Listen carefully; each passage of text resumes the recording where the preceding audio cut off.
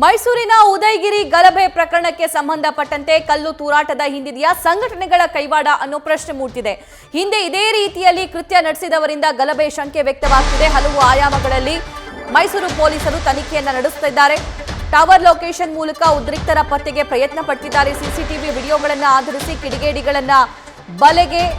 ಕಿಡಿಗೇಡಿಗಳಿಗಾಗಿ ಬಲೆ ಬೀಸಿದ್ದಾರೆ ಪೊಲೀಸ್ ಅಧಿಕಾರಿಗಳು. ಯಾಕಂದ್ರೆ ಅಲ್ಲಿ ಬೇರೆ ಬೇರೆ ಮಾರಕಾಸ್ತ್ರಗಳಾಗಿರಬಹುದು ಅಥವಾ ಈ ಕಟ್ಟಿಗೆ ಆಗಿರಬಹುದು, ಪೋಲ್ನಂತಹ ವಸ್ತುಗಳಾಗಿರಬಹುದು ಮತ್ತು ಕಲ್ಲು ತೂರಾಟ ಕೂಡ ಆಗಿದೆ. ಕಲ್ಲು ತೂರಾಟದಲ್ಲಿ ಹಲವು ಅಧಿಕಾರಿಗಳಿಗೆ, ಪೊಲೀಸರಿಗೆ ಇದರಲ್ಲಿ ಗಾಯವಾಗಿದೆ.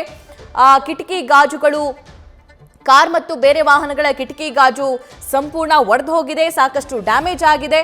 ಸೊ ಇದೆಲ್ಲವೂ ಪ್ರೀ ಪ್ಲಾನ್ಡ್. ಈ ಹಿಂದೆ ಇಂತಹ ಪ್ರಕರಣಗಳಿಗೆ ಸಂಬಂಧಪಟ್ಟಂತೆ ಯಾವೆಲ್ಲ ಪ್ರಕರಣಗಳು ನಡೆದ್ವಲ್ಲ, ಅಲ್ಲಿ ಸಂಘಟನೆಗಳು ಯಾವೆಲ್ಲ ಶಾಮೀಲಾಗಿದ್ವಲ್ಲ, ಅವೇ ಸಂಘಟನೆಗಳು ಇಲ್ಲೂ ಈ ರೀತಿ ಗಲಭೆ ಮಾಡಿದ್ದಾವ? ಈ ಎಲ್ಲ ಆಯಾಮಗಳಲ್ಲಿ ಪೊಲೀಸರು ತನಿಖೆಯನ್ನ ನಡೆಸುತ್ತಿದ್ದಾರೆ. ತನಿಖೆ ಬಗ್ಗೆ ಹೆಚ್ಚಿನ ಡೀಟೇಲ್ಸ್ ನಮ್ಮ ಪ್ರತಿನಿಧಿ ನಂದೀಶ್ ನೀಡ್ತಾ ಹೋಗ್ತಾರೆ. ನಂದೀಶ್, ತನಿಖೆ ಎಲ್ಲಿವರೆಗೆ ಬಂದಿದೆ? ಕಲ್ಲು ತೂರಾಟದಲ್ಲಿ ಸಾಕಷ್ಟು ಡ್ಯಾಮೇಜ್ ಆಗಿರುವಂಥದ್ದು, ಅಧಿಕಾರಿಗಳಿಗೆ ಗಾಯವಾಗಿರುವಂಥದ್ದು, ಇದರ ಹೊಣೆ ಯಾರು ಹೊತ್ಕೊಳ್ತಾರೆ?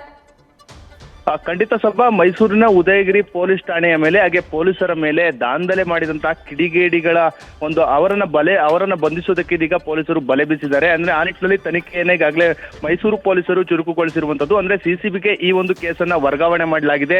ಸಿಸಿಬಿ ಪೊಲೀಸರು ಮತ್ತೆ ಸೆನ್ ಠಾಣೆಯ ಪೊಲೀಸರು ಎಲ್ಲರೂ ಕೂಡ ವಿವಿಧ ಆಯಾಮಗಳಲ್ಲಿ ಟೆಕ್ನಿಕಲ್ ಆಧಾರದವಾಗಿ ಇದೀಗ ತನಿಖೆಯನ್ನ ನಡೆಸ್ತಾ ಇರುವಂತದ್ದು. ಒಂದು ಕಡೆ ಸಿಸಿಟಿವಿ ದೃಶ್ಯಗಳು ಮತ್ತು ಮೊಬೈಲ್ ನಲ್ಲಿ ಸೆರೆಯಾಗಿರುವಂತಹ ದೃಶ್ಯ, ಅದರ ಜೊತೆಗೆ ಟವರ್ ಲೊಕೇಶನ್ ಆಧಾರದ ಮೇಲೂ ಕೂಡ ಇದೀಗ ಆರೋಪಿಗಳನ್ನ, ಕಿಡಿಗೇಡಿಗಳನ್ನ ಬಂಧಿಸೋದಕ್ಕೆ ಪೊಲೀಸರು ಮುಂದಾಗಿದ್ದಾರೆ ಅಂತಾನೆ ಹೇಳ್ಬೋದು. ಒಂದು ಕಡೆ ಆ ಆಯಾಮದಲ್ಲಿ ತನಿಖೆಯನ್ನ ಮಾಡಿಸಿದ್ರೆ, ಇನ್ನೊಂದಷ್ಟು ಹಲವು ಆಯಾಮಗಳಲ್ಲಿ ಇದೀಗ ಪೊಲೀಸರು ತನಿಖೆಯನ್ನ ಚುರುಕುಗೊಳಿಸಿರುವಂತದ್ದು. ಕಾರಣ ಅಂತಂದ್ರೆ ಈ ಒಂದು ಗಲಭೆಗೆ ಪ್ರಮುಖ ಕಾರಣ ಅಂತಂದ್ರೆ ಏನು ಒಂದು ಪೋಸ್ಟರ್ ಮಾಹಿತಿಗಳನ್ನ ಕೊಡ್ತಾ ಇದ್ದಾರೆ. ಆದ್ರೆ ಇದೆಲ್ಲವೂ ಕೂಡ ಪ್ರೀ ಪ್ಲಾನ್ಡ್ ಆಗಿ ಗಲಭೆಯನ್ನ ಸೃಷ್ಟಿ ಮಾಡಿದ್ದಾರೆ ಎಂಬುದು ಮೇಲ್ನೋಟಿಗೆ ಕಂಡು ಬರ್ತಾ ಇರುವಂತದ್ದು. ಯಾಕೆಂದ್ರೆ ಹಲವಾರು ಮಾರಕಾಸ್ತ್ರಗಳು ಕೂಡ ಇಲ್ಲಿ ಜಳಪಡಿಸಿದೆ ಎಂಬ ಮಾಹಿತಿಗಳು ಕೂಡ ಲಭ್ಯವಾಗಿದೆ. ಮತ್ತೊಂದು ಕಡೆ ಕಲ್ಲುಗಳನ್ನ, ಅಂದ್ರೆ ಮೂಟೆ ಕಲ್ಲುಗಳನ್ನ ಅಲ್ಲಿ ಮೊದಲಿಗೆ ಸಂಗ್ರಹಿಸಿಕೊಂಡು ಬಳಿಕ ಗಲಭೆಯನ್ನ ಸೃಷ್ಟಿ ಮಾಡಿದ್ದಾರೆ ಎಂಬುದು ಇಲ್ಲಿ ಮೇಲ್ನೋಟಕ್ಕೆ ಕಂಡು ಬರ್ತಾ ಇರುವಂತದ್ದು. ಆ ನಿಟ್ಟಿನಲ್ಲಿ ಈ ಒಂದು ಗಲಭೆಯಲ್ಲಿ ಕೆಲವು ಸಂಘಟನೆಗಳ ಕೈವಾಡೆ ಇದೆಯಾ ಎಂಬ ನಿಟ್ಟಿನಲ್ಲೂ ಕೂಡ ಪೊಲೀಸರು ತನಿಖೆಯನ್ನ ಚುರುಕುಗೊಳಿಸಿರುವಂತದ್ದು. ಯಾಕೆಂದ್ರೆ ಈ ಹಿಂದೆ ರಾಜ್ಯದಲ್ಲಿ ಹಲವು ಕಡೆ ನಡೆದಿರುವಂತಹ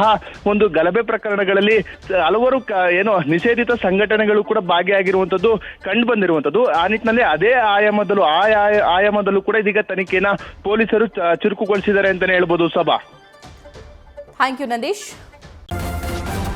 ನ್ಯೂಸ್ ಫಸ್ಟ್, ನಿರ್ಭೀತಿಯಿಂದ ನಿಮ್ಮ ಪರವಾಗಿ.